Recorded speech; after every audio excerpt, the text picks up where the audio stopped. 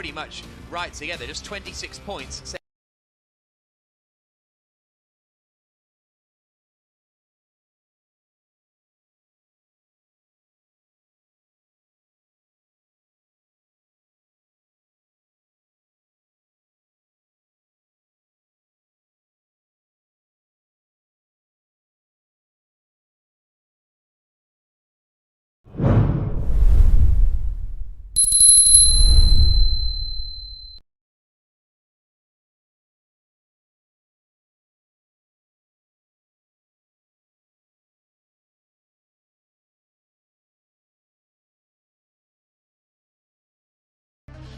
Back across the finish line, and that is a lap of this incredible Monaco circuit. Yeah, absolutely. Practice is going to get underway in 90 seconds time. You can see the pit lane there down on the right hand side. Track temperature 22 degrees, air temperature 19 degrees. Doesn't look as though we're going to get much rain. There is cloud around today. There was meant to be some rain, but actually it looks like it's holding off, hopefully. There is Sam Bird, getting ready to go. 11th in the championship, Dario.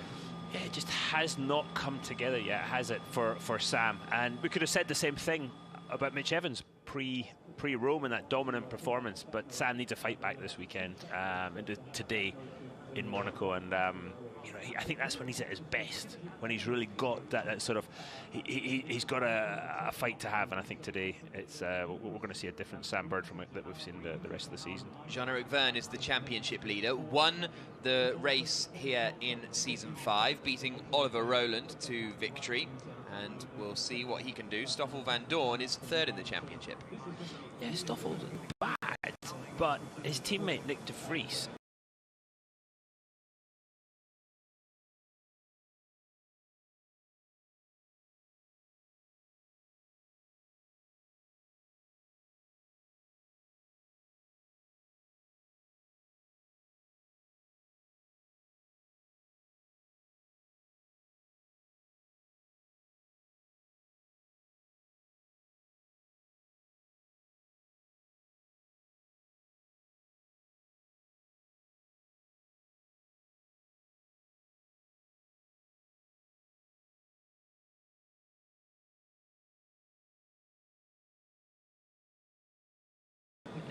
it all went wrong in Rome, didn't it? I think both those guys are obviously still championship contenders, but that man there, Mitch Evans in the Jaguar, he just catapulted himself into contention with that dominant double win, which is so unusual in Formula E when we were in the last race in Rome. Yeah, only the second driver to have done it. The other one was Sam Bird in New York back in Season 4. Right, light goes green at the end of the pit lane. Out goes Nick de Vries, the reigning champion.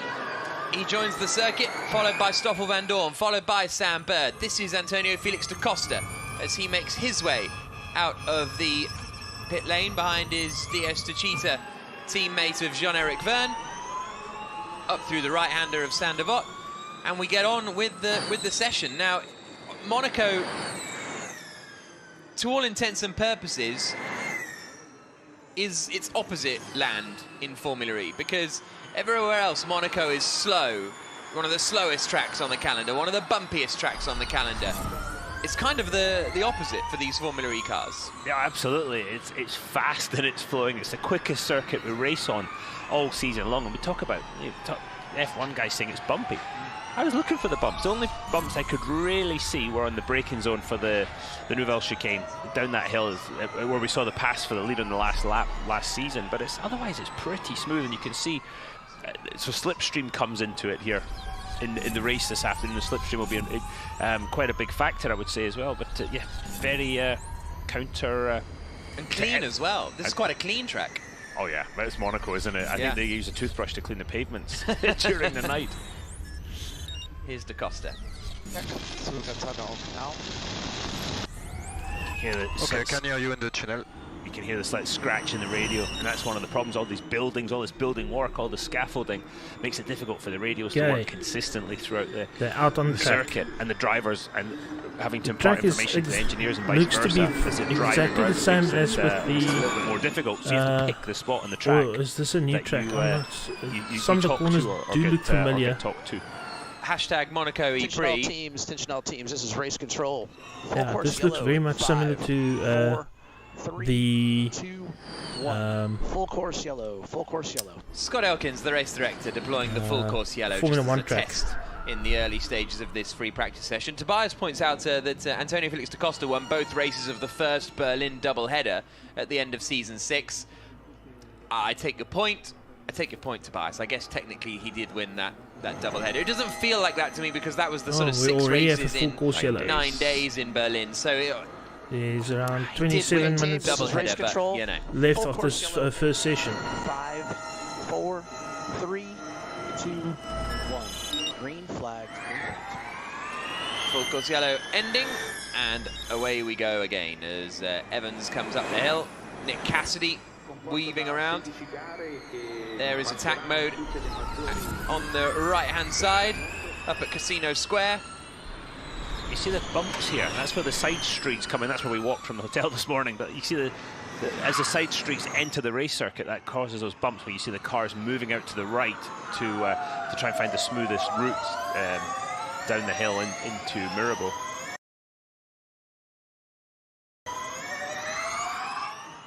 The two Mercedes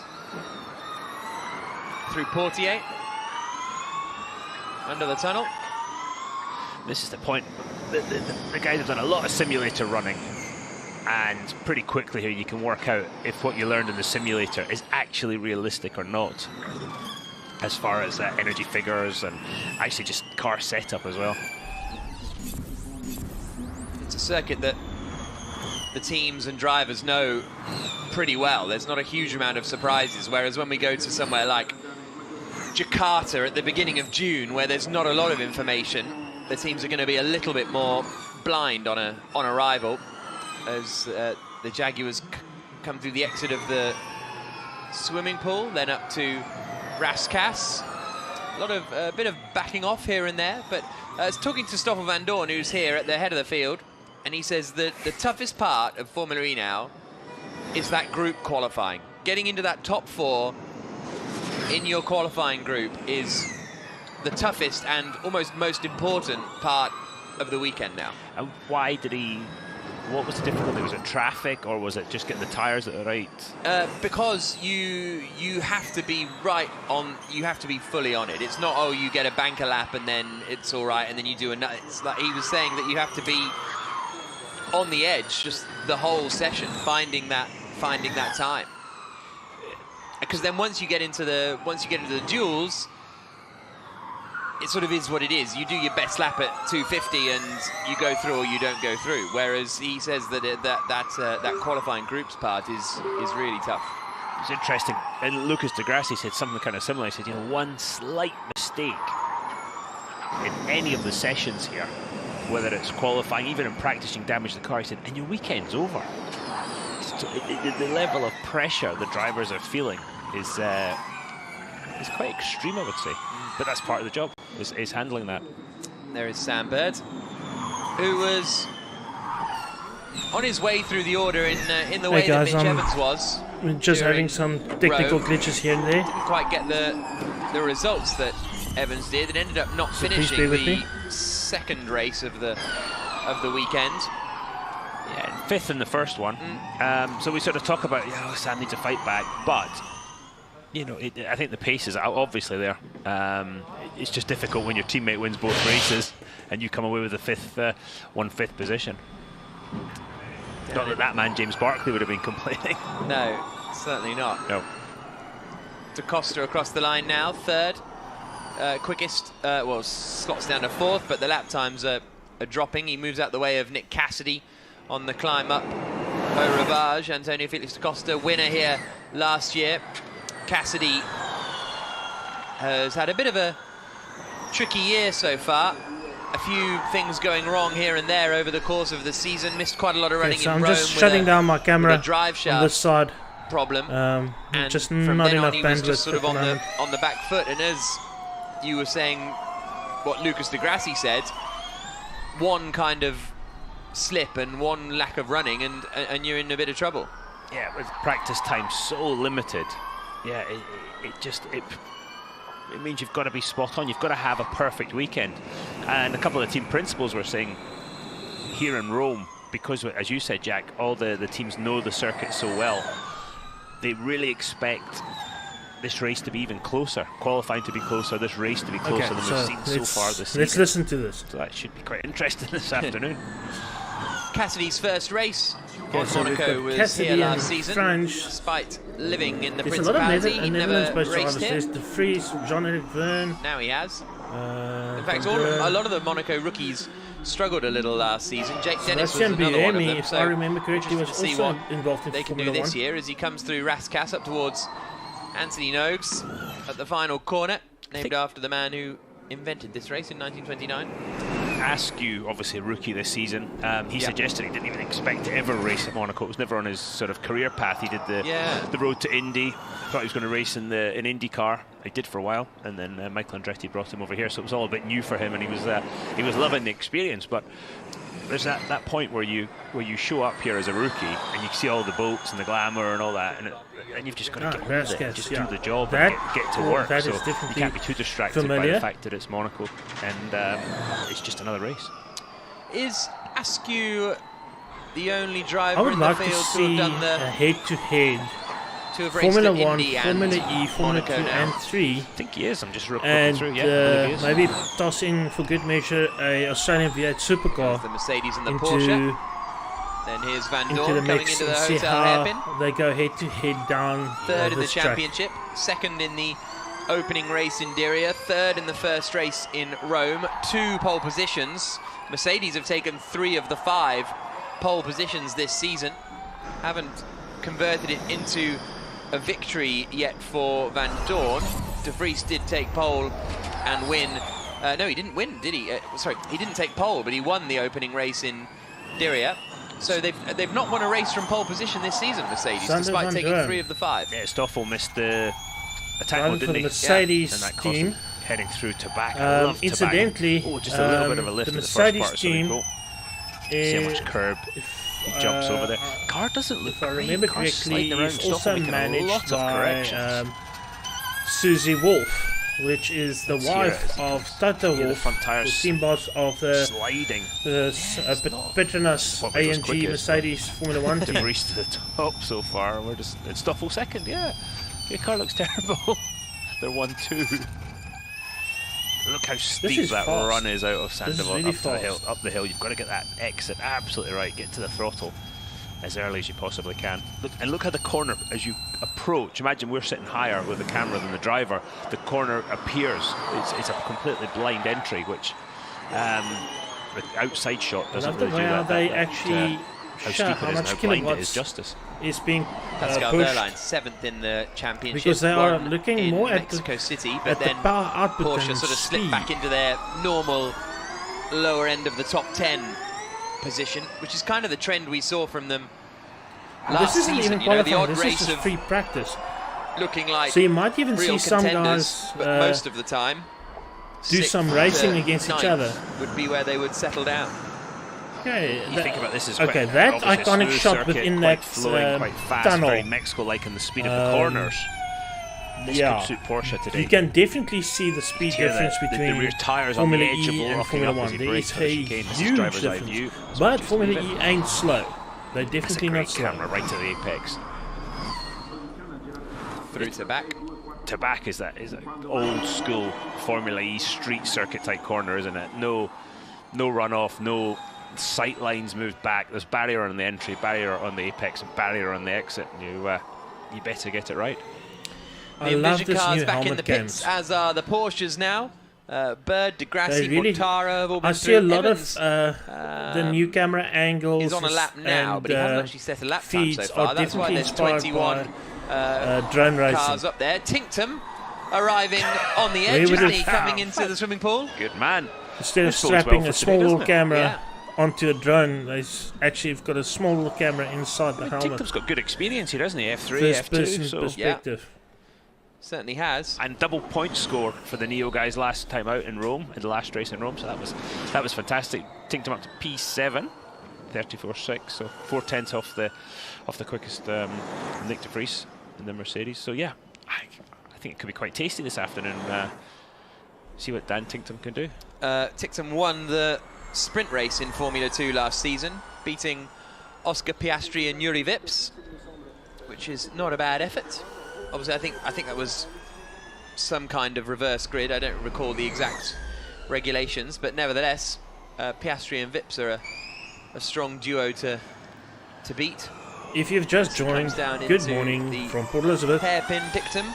This is Big G, and this is teammate Oliver Turvey sort of grabbed the limelight a little with his Monaco strong performance, but Dictum and picked up his I do apologise for as well. Pictures, as Lucas de Grassi is like in attack mode. He's 300s up after the middle sector. There's quite a few things that we still need to work on, but captain excitement on the brakes, trying to engage with the Nouvelle Chicane, pretty close to the wall. The public out there, and having some fun watching some good motorsport. Glowing in the front wheels.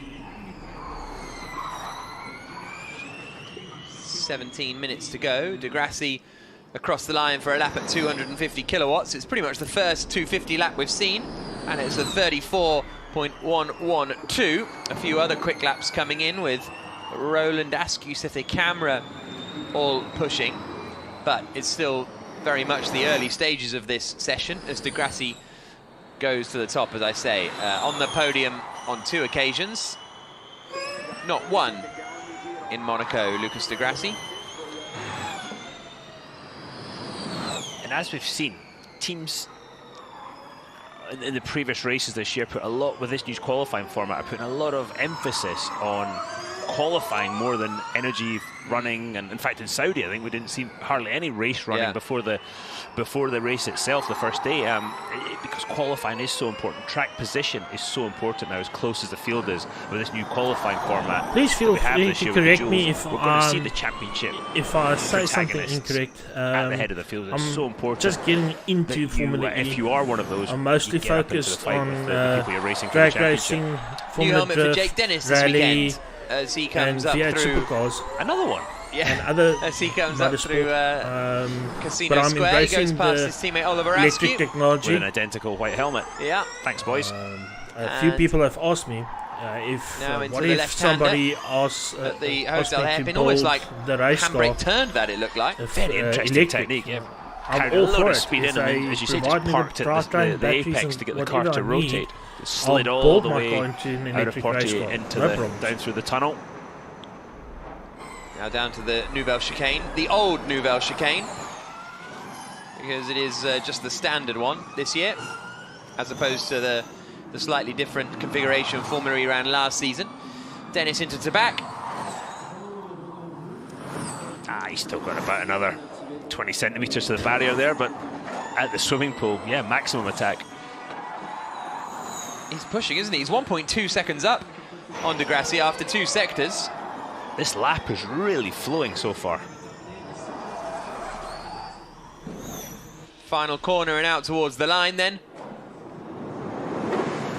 And Dennis goes fastest by 1.5 seconds ahead of Lucas de Grassi. But again, we haven't had a lot of full power laps so far in this session. But that was a decent run from Jake Dennis, who probably did the lap of the weekend in Monaco. I think it was his quarter-final or something like that. It was a phenomenal. Even if it's the first generation. In Rome, what did I say? Monaco. Oh, we are in Monaco now, though. It's lovely. This is generation 2. You see him trying the attack mode activation zone, and as he's driving around on the in-lap, he's trying to think about the lap, where he could do better, what the car was doing, and his engineer's saying, yeah, try attack mode, and giving him all these different instructions. So the workload on the Formula E drivers quite exceptional. You see Antonio Giovinazzi over to the left, 17th quickest at the moment. I think a baptism of fire is probably a fair way to describe Giovinazzi's Formula E career so far. Yep, absolutely. He has the worst qualifying average on the grid, Antonio Giovinazzi. Da Costa coming down now as he gets a little bit balked by Stoffel van Dorn. It was a steering issue for Mitch Evans, so he had to come into the pits, have that corrected, and then back out on his way. So he's there in 15th place at the moment. Jaguar feeling confident coming into this weekend because they had good pace last year, and Evans was in the fight for the win. Here comes Jean-Eric Verne. It looks low grip. If you look at the Fairmont hairpin in a second, where Da Costa's about to come into, there's a new surface, and it looks like quite low grip just here. I love to see how the cars these are at guys racing speed, manipulate it the looks like they're steering wheels. sliding around quite a bit. You see the new reclaimed land I look ahead. at That wasn't, the that wasn't Formula there 1, last year. Formula E That used to be the steering sea. wheels, Remember when Senna crashed there? You think That was the you can Mediterranean lock Ocean. to lock just by going hand over hand, but I can see, and I've seen this for Formula 1 as well, We're with the Costa. that the drivers sometimes have to grip the into the steering chicane. He's wheel starting to push a little more up high now. and There is actually the torque on it. DS So Cheetah Garage. That's that Carlos means Tavares the with the glasses on, corners are big boss so of the tight Stellantis and group. to actually He's a maneuver proper and racer. push the car into he that turn. campaigns this little It chevron takes quite a lot of in effort. his So time off. So he's, those exercises that you it's see interesting the Formula 1 two guys that are like sort of in charge of the Stellantis race program. Max Verstappen and the guys do massive at race fans. the Red As Bull Rocket Venturi gyms with of those Vito Mortara machineries took a that they little have shortcut at the really push old against the weights Welsh and game. resistance. Askew's That gone makes second a lot fastest in the of sense now. Andretti, so Dennis first, Askew second. This is Alexander Sims coming down towards to back. Sims currently in 19th position. He's on a cool-down lap at the moment. He's 11 seconds off in the first sector, and he's on an in-lap at the moment, in fact. No, that's Roland. Roland coming into the pits. I presume that Sims will follow too. There is Sims on the right-hand side, as Roland returns to the pit lane with less than 12 minutes to go. The Mahindra guys, they need a clean day today. They've had a lot of incidents. They've caused a lot of the safety cars, and some of them. I mean, in Rome, Roland, he was involved in it. He certainly did not cause it. He was, I think, an innocent victim. So they need a day with no incident and try and get some points on the board. They've had at least one retirement in every race this season, Mahindra, and 2 retirements in Rome. Over the course of the year, they've had 6 retirements in 5 races. Wow. The only other team close to The that is wheels Dragon, on the who had Formula 2. E is much, much smaller, Yeah. narrower, Dragon are the only team to have had 2 retirements. in comparison with the And then Mahindra are Formula next 1. with 6. It's really remarkable. And again, a lot of that I don't think is their watched, fault. No, absolutely. Roland was just turfed off at Formula 1 one point course in looks Rome. quite mean with As we see Andre Lotter in the traded, Porsche starting a lap. He's got intermediates wound and up. full wet tyres. See the halo shining blue above his head. Oh, good camera angle. Up the hill with Lotterer into Matinee.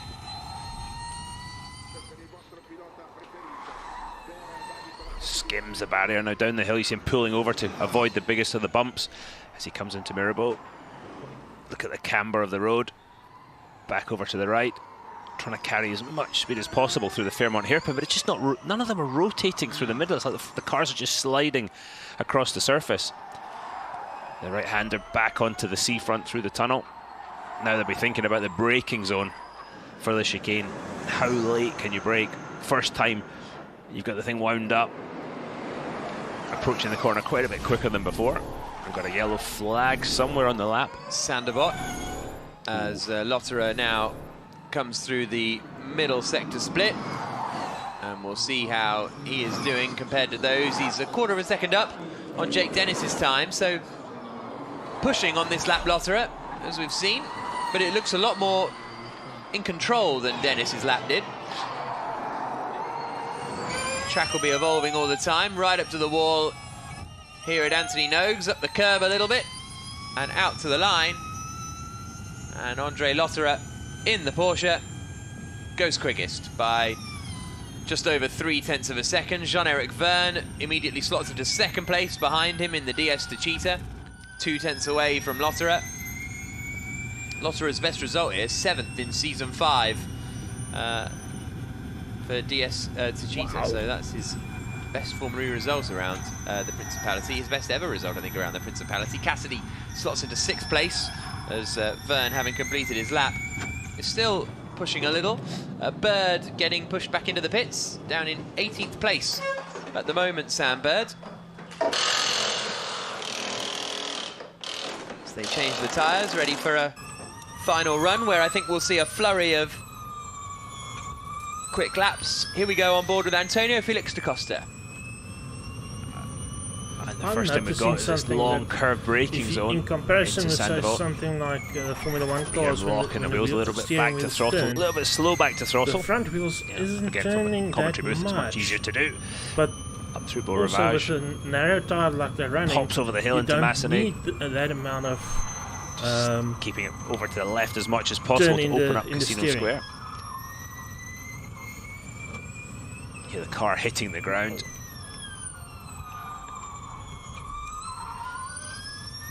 Just watch the car slide here. The driver has to take the hand off the wheel to get it through the Fairmont hairpin, all the curb. Shortcutting the corner as much as possible. Didn't get the apex very well at all onto the seafront. Trying to straight line as much as possible now. Stay over to the left to open up the braking zone, so you brake in a straight line. That's where Da Costa took the lead and the win of the race on the last lap last season. That cracking move. So well judged. Skimming the barriers through to back. Antonio with loads of speed left the way there. the telemetry data is interpreted curbs. and What a bit shown of on oversteer into the screen. swimming pool into the second I would really half. like Formula One to show this again. I remember back in the day how Decent lap so far from Da Costa. Let's see how much of the curb he uses Suzuka, on the exit. they used to Get over to the right, shortcut the distance to the timing line. throttle position, speed, Da Costa etc. goes quickest. I think it would be great. There's Okay, P1 mate. not P1, everybody's one got lap fence. the Formula One We box this lap. Feedback. live stream. 1 minute So, 32.033 live stream for Antonio packages, Felix da where Costa you then, can as he actually have goes telemetry up channels. into first place. 6.5 minutes So to go. I love Minute and to a half see a lap, what so the drivers Won't experiencing. get and what that'll the probably cars be Da Costa's run done there, as we now have Nick de Vries coming into the Sanderbot. Climbs the hill. He's not on a do. Okay. 250 Got lap about at the moment. 6 minutes He's left just in done free one. practice He's one. just done one, isn't he? Yeah, Yeah. 32.3. Slotted into 4th position. Mercedes didn't have the sort of outright pace last year. They were in the mix, and Van Dorn was out in qualifying Group 1. Nick de Vries accidentally knocked himself out of full power. So there were mitigating circumstances to their poor performance, but they also weren't absolutely on it anyway, even in sort of the dry conditions. As Van Dorn comes out across the line now, he's at 250, personal bests in sectors 1 and 2, and it puts him 6th, 3 tenths away from Da Costa. 6 tenths away from Da Costa, 3 tenths away from his teammate. Dan Ticktum has just gone 3rd quickest. And that is why it was maybe not a very quick lap for Van Dorn. Or maybe because it was a quicker lap. Yeah. A small shortcut. Yeah, great job by Dan Ticktum and the Neo. 5 minutes on the clock. Yeah, and just like that, the session's almost over. Yeah. The drivers, the teams have got to be so on it because there's just no practice time. Even though we start at 7:15 in the morning, which is distinctly unsociable. Mortara. Up into Massenet. Just thinking, I said Formula 1, Formula 2, Good so far. Formula 3 shootout with the Formula E car. Venturi changing direction. how Well, about local tossing team. in an This IndyCar for really that is their matter? home race. They're based Because in Monaco. Overall Romain best of anybody. Grosjean 10th and a half up through the first sector. driving in IndyCar. Good first third of the lap for Edo Mortara. Bit of a slide though into the right-hander, just potentially lost a bit of time there. Decent onto the seafront through the tunnel. Not had a great history in Monaco, Mortara. His first visit was the 2009 GP2 race, where he retired from the feature race, finished 13th in the sprint race, and then retired from the Formula E race here in season 5, and finished 12th last season. So nothing to write home about for Edo in Monaco, but he is 3 tenths up after the middle sector here. Whoa. Well on it through the swimming pool. And this is a man who won Macau. How many times was it? 8 times or something? So yeah. he's a master of these type of fast and flowing street circuits. As he comes to the last corner, straight line the exit. Back to the throttle as early as I've seen. Top of the times. 1 minute 31.611, 4 tenths ahead of Da Costa. Bird goes into 5th place in the Jaguar. 7 tenths back though, he won't be happy with that.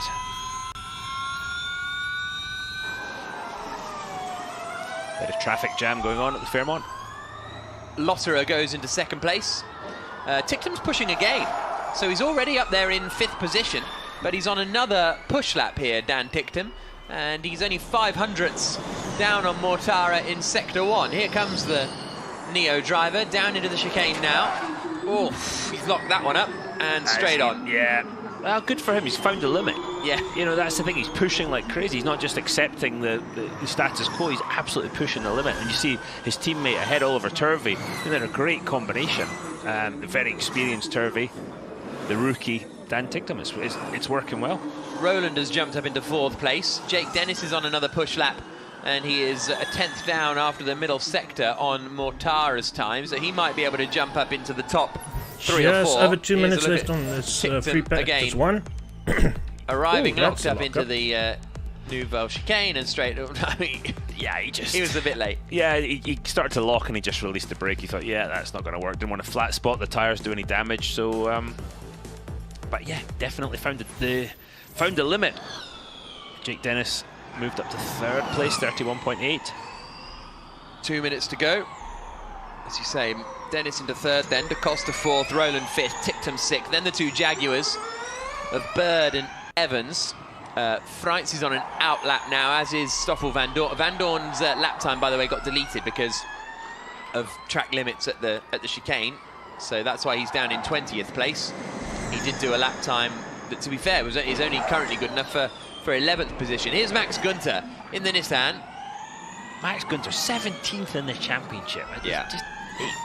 And he's got all the potential in the world. I mean, go back to in Chile when he won in the BMW Andretti car. Just all that potential he had, and it's just not clicking at the moment. I think the Nissan guys are having a pretty tough time as well. I would love to see something similar in Formula 1 with the Halo. I think you can say it's for a lot of the drivers. They deserve the team, the drivers Formula 1, better. you've got DRS, turn 1. You've got here comes Günther through the final turn, overtake, right up to the wall. That'll be the limit then. When a driver does something, I know the LEDs on the back of the so Formula far 1 this cars season, and actually Günther goes 4th. also That's a solid shows little the lap driver back behind from the what, Nissan Edam's what's driver. actually happening. Whammy, P2. It's not just for rain and poor visibility. Nissan getting going. De Vries is up on both of them though after the middle sector. Cassidy's done a good first sector too. So here comes De Vries. De Vries now fastest, 4/10. Clear of Eduardo Mortara. A lock up in front from, I think, a Mahindra as they came into the first corner. But a good lap there from De Vries. Bird, Evans, Verne, Turvey, de Grassi, Freitz, all on quick laps here. So the lap times are going to fall. Cassidy's on a lap, Jack. Yeah, where you see a difference between blue flashes and purple flashes on the tower on the left. That's just whether they are in attack mode or in full power mode. It's the same power usage, but just different ways of getting there. And that's an interesting way of getting around Raskas from Nick Cassidy. And he's 9,000s down at the moment.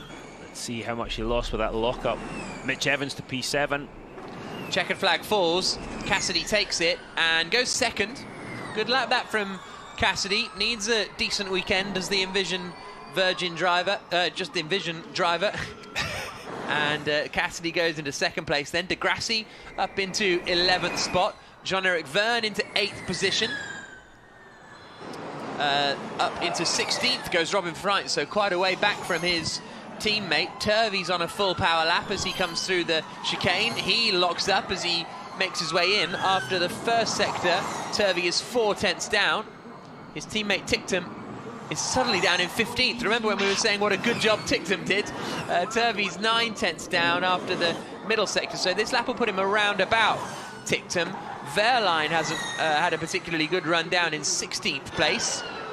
And Alexander Sims, I don't think, has had a full power lap. He's taken the checkered flag, but he lost over a second in the middle sector, so maybe a mistake in there from Alexander Sims. Here comes Turvey, and he goes up into 18th place. Make that 17th place. So 17th for Turvey, and everyone now has taken the checkered flag. Wehrlein and Mortara are on cooldown laps, but it's reigning champion Nick De Vries, who is quickest in the session. But Envision in there, Mortara in there.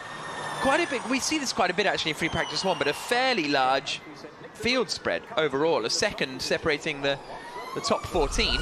It can often be quite a bit tighter than that, but De Vries and Cassidy have a 3 or 4/10 advantage over the field. Yeah, and a massive mix of manufacturers up front.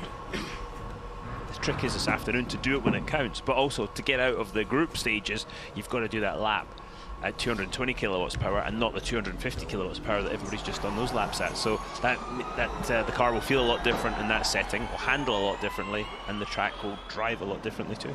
I still to this day, I'm a little bit surprised how many of them, how much focus is put on the 250. Down the course. You've said that since the start. I know. I think you're right, Jack. Because maybe do one, but surely I think I'm definitely going to do a YouTube series on Formula E. Well, as a driver, how important is doing more laps at race power, i.e. the qualifying group power, would that help you, or actually once you've done a couple you've got your eye in? You've generally got your eye in, but then you're looking for smaller and smaller margins. But if you get through the group stage, the worse you're starting's 8th. So you've really limited your risk after that point. But the teams are probably a lot smarter than you and I. Well, not probably. The teams are a lot smarter than you and I. So yeah, exactly. It'll be interesting to. I'm gonna have a chat with them and see what the justification is. Maybe they just want to go fast. Yeah, understandable. A few practice starts coming in. Dennis on the left.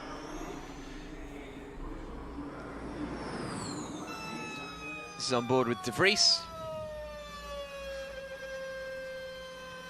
He's probably been trying to cool the tyres down on his lap after the checkered flag to try and simulate the conditions he'll have at the start of the race this afternoon. No warm-up lap.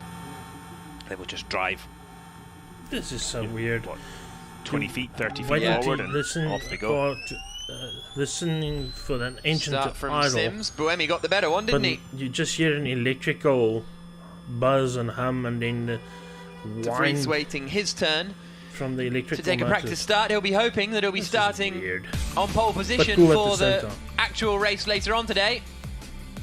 And it is Nick De Vries who was quickest in the first 3 practice session, a 10th ahead of Nick Cassidy, and then Eduardo Mortara 3rd, Costa 4th, Buemi up in 5th place. It was a good session that for the Nissan Edams pairing, although Gunther down in 11th position. Bird up in the top 7. Dennis in 9th spot. Stoffel van Dorn a little bit adrift. Robin Freitz, 2nd place man in the championship, down in 20th position. And something must have gone amiss for Alexander Sims, because he was a long way, a second away from anybody else actually, even from Antonio Giovinazzi. So I'm sure he didn't get a full power run. But it's Nick De Vries then, quickest in the first 3 practice session.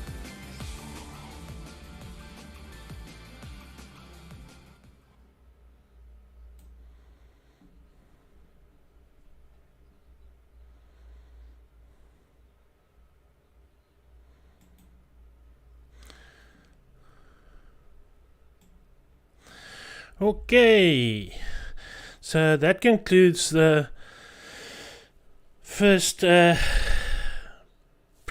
practice session for Formula E for the Monaco Prix, and this is definitely something different. We are experiencing some technical glitches here and there. It's due to bandwidth issues. I might need to restart the live stream. It seems like my just hang on quickly. Hello, let's see if that comes up. Let's try that again.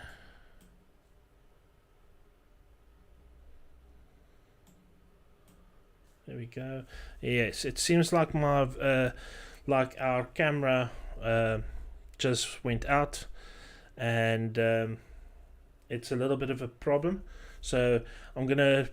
There's now a gap between free practice 1 and free practice 2.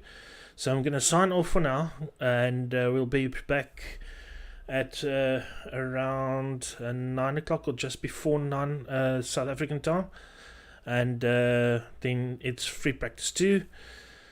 So I'll see you guys again in a bit. Thanks. See you guys soon.